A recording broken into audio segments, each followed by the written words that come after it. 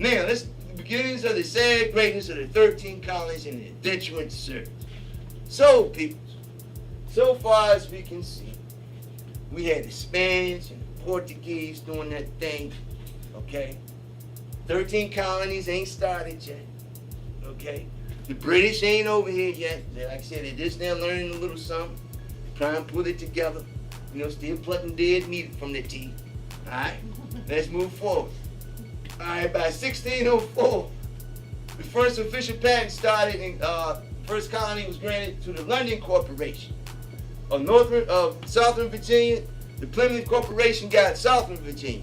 Okay, what are they saying here?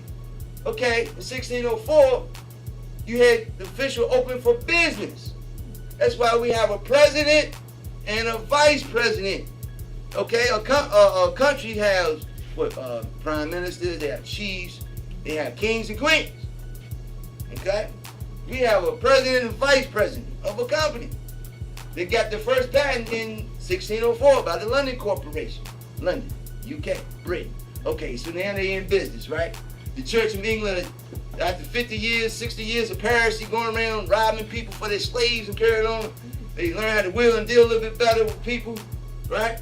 So now they first open for business right here about 15, 20 miles from where we stand. What is it called? Point? Some point. I just seen it when I went over there. It's near Norfolk State and all that. Yeah. I can't think of it right now. Anyway, they had it on the map. They did a fort. The fort. They had a fort. Fort Monroe, near Fort Monroe. It's a stone, some point where they landed at. I can't think of it right now. Anyway, it's not too far from where we stand right today. That's one of the reasons I wanted to start this thing off in where we came in at. This used to be Norfolk, used to be Jamestown. Hampton, Jamestown. Okay, Newport News, Jamestown. Okay? You must understand that. Okay, it wasn't just Norfolk when they first landed. All this was Jamestown. Alright? Then they broke it down. Let's move forward.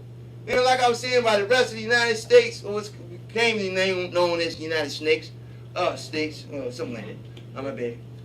He was already on. He was already had New Spain going on over in California and all of them places. As you can see in Texas, we call New Spain, Florida. France was holding it down. They had New France over here. They was already had the Dutch over here, up in New York and all them places. Okay. What was we at here? Then the church, like I said, Church of England, Great Britain, right here. They're getting ready to pick up the game now, fam. However, these particular slave traders are known to be the most vicious of them all.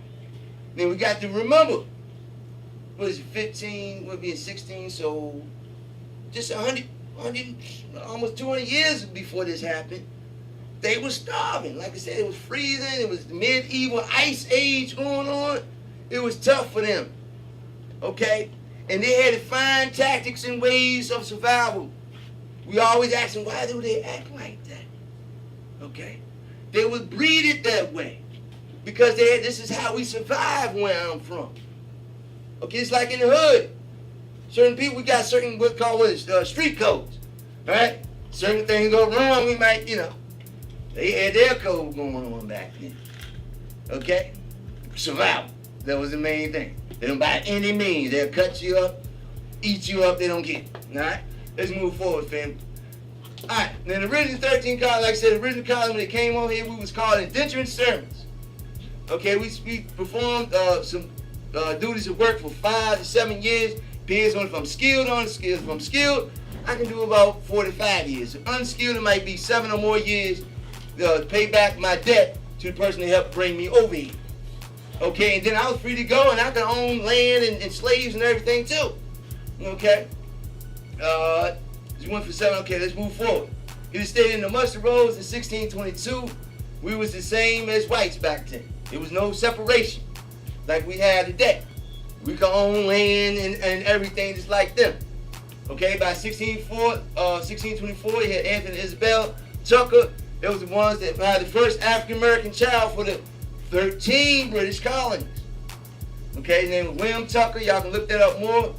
He was, and then, like I said, in 1619, all of them worked under indentured servant contracts. Men and women were not slaves at this time. Okay, we was indentured servants. This is important for us to remember this. We trying to figure out why they trying to go great again. All right, let's move forward. Up until 1664, a great deal of what became known as New York was owned by Angela, about brothers and sisters from the West Indies. One of them is called Angola.